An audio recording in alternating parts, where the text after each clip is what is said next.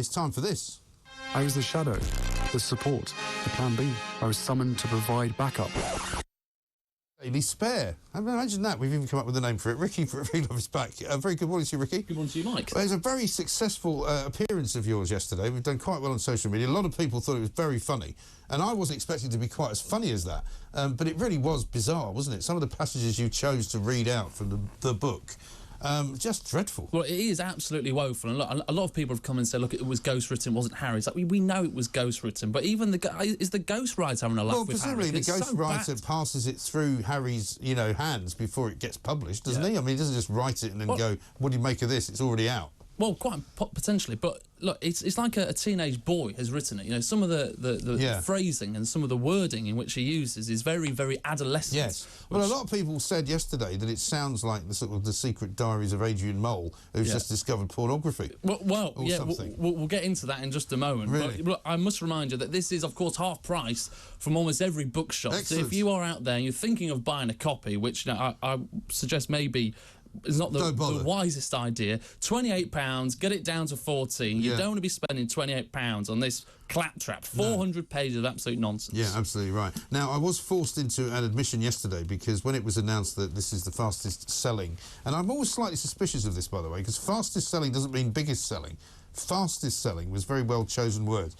Non-fiction book of all time. I said surely it should be in the fiction department, shouldn't it? Because there's an awful lot of it which isn't actually true. That's absolutely right. Including it's what being we now questioned know. every day, isn't it? Well, including now what we know about the anomaly of some date where he says he heard about the Queen Mother's death while he was at Eton. Yep. Turns out he was actually on a ski slope somewhere. Yep. Right. He hasn't mentioned the Oprah interview whatsoever in the book, despite what was made of it at the time. Piers Morgan was making a big noise about that last night. Yep. He hasn't also mentioned the bit about Meghan not being able to get any help in the palace, which was the second allegation that Piers Morgan lost his job over, and he's not bothered to say anything about it. No, I think you're absolutely right. And look, when we talk about fiction, in comparison to, I think it's Harry Potter, I think it was one of the last Harry Potter books, it absolutely battered, Harry. So look, it's not really a comparison. If you go to any bookstore now, there are tens and tens and tens. They're literally stacked to the ceiling, thinking these are going to sell. They're not going to sell. They're going to be pulped. That's what's going to happen to these books. They are not going to sell. They'll be down to a penny soon. There's a great little snippet of video on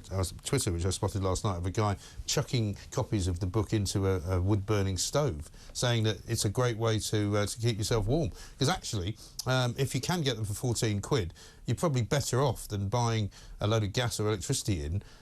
Just burn them in the fireplace. Well, it's not a bad idea, is it? And look, I suspect there was going to be a lot of copies going spare.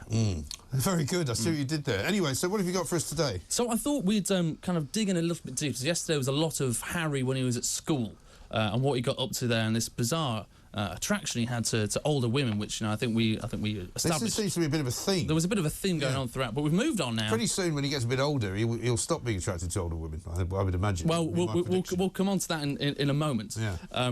We're going to move on to his time in Afghanistan, where he's stationed as a forward operating base called Delhi, but in Afghanistan. Now, listen to what I think is probably one of the greatest gear changes. Right. No, this is what I mean. I don't care if it was ghostwritten. Just how this is phenomenal. Right. So it starts at the beginning. Right. He's talking about a pilot with a call sign called Magic.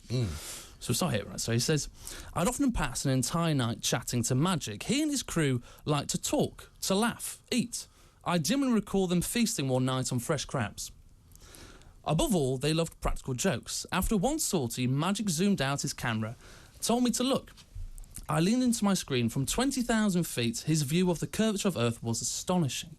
Slowly, he turned his camera, my screen filled with breasts. Porn magazine. Ah, you got me, Magic. Some pilots were women. Exchanges with them went very differently. One night, I found myself speaking to a British pilot who mentioned how gorgeous the moon was. It's full, she said. You should see it. Widow 67, which is Harry's call sign. I see it. Through one of the holes in my wall. Lovely. I think there's normally a name for holes in a wall like that, but we'll move on. Suddenly, the radio burst into life. A shrill chorus. The guys back at Dwyer told us to get a room. I felt myself blushing. I hope the pilot hadn't thought I was flirting. I hope she wouldn't think that now. Above all, I hope she and all the other pilots wouldn't be able to work out who I was and tell the British press that I was using the war as a way to meet women. I hope the press wouldn't work out who I was and how I'd treat her and treat every other one that I'd ever met. That's mad. That's completely mad. He's gone... How did you manage to get from that to that? Yeah. So he's gone from pictures of the curvature of the Earth through to pictures of breasts into a room with a woman with holes in it. Yeah. Well, talking to a woman over radio. Oh, he's talking to her on the radio? He's looking at the moon. He's looking at the moon. Oh, I see. He's looking to... But why is he talking to her on the radio? Well, that was his job at the time. I guess he was kind of speaking to pilots, navigating them through, airspaces across Afghanistan at the time. Oh, was he? Yeah. I didn't know he was doing that. I thought he was flying the helicopters. So he does go on to do that eventually, but at one point he's working at this forward operating base. But it's just this bizarre communication, absolute fixation that he's got, that somehow is going to be outed. Yeah, He's absolutely obsessive. That is a theme that runs throughout the entire book. It just goes on and on. The other one, I was listening to Vanessa's show yesterday as I was heading out to Ealing, and she was describing something that he wrote about Meghan going to Whole Foods. Have you come across this yet? No, I've not got that yet. This is an extraordinary passage in which he apparently is somewhere else and he's coming home, and it's before she's going home again, so it's before she's leaving, and she says she wants to cook him a meal. So he then advises her to go to Whole Foods in Kensington, which is, if anybody knows, in Kensington High Street, basically round the corner from Kensington Palace. And he says, yeah, don't worry, just put a baseball cap on and a coat, and off you go. And then she gets recognised when she's in there, not least because, as she describes it, she's on the front page of every newspaper. Yes. And people start harassing her and taking pictures, and you're going, well, what did you think would happen? And how is that anybody else's fault? And he's making out like it's the terrible, horrible British public who have made a complete and utter hell for her, instead of blaming himself for actually sending her out when she's surrounded by servants at Kensington Palace who could have gone out and bought a couple of bowls of muesli or whatever it was she was going to cook. Yeah. That was astonishing.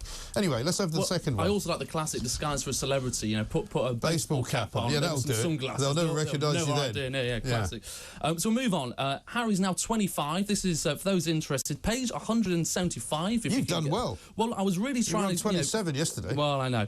And this is Prince Harry's now 25, and he's gone to Botswana. He's got a real love for the country Botswana. Yes, he loves Africa. He keeps telling us. He really does. Yeah. And this is him whilst travelling down a river. Suddenly the river narrowed, then bent sharply. We were desperate to get back, but we had to be patient, obey the river, get where it led us. Just then, a massive flash, everything bright as noon for about 2 seconds, long enough to see, standing directly before us in the middle of the river, a group of enormous elephants. In the flare-up, I locked eyes with one. I saw her snow-white tusks swooping up. I saw every wrinkle in her dark, wet skin, the hard waterline above her shoulders. I saw her giant ears shaped like angels' wings. Dear God. Someone whispered, "Holy swear word." Someone cut the music. Both drivers killed the engines. In total silence, we floated on the swollen river, waiting for the next lightning flash. When it came, there they were again, those majestic creatures. This time, when I stared at the elephant closest to me, when I looked deep into her eyeball, when she looked back into mine, I thought it was the all-seeing eye of the Apache helicopter.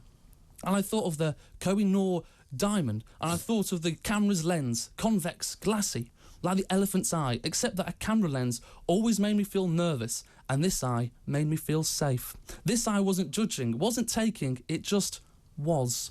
If anything, the eye was slightly tearful. Was that possible? Why, 400 pages. 400 pages of that. Absolutely obsessed with it. Pass the sick bucket. Well, listen, well done, Ricky. Another fantastic update on the world's worst book, Spare.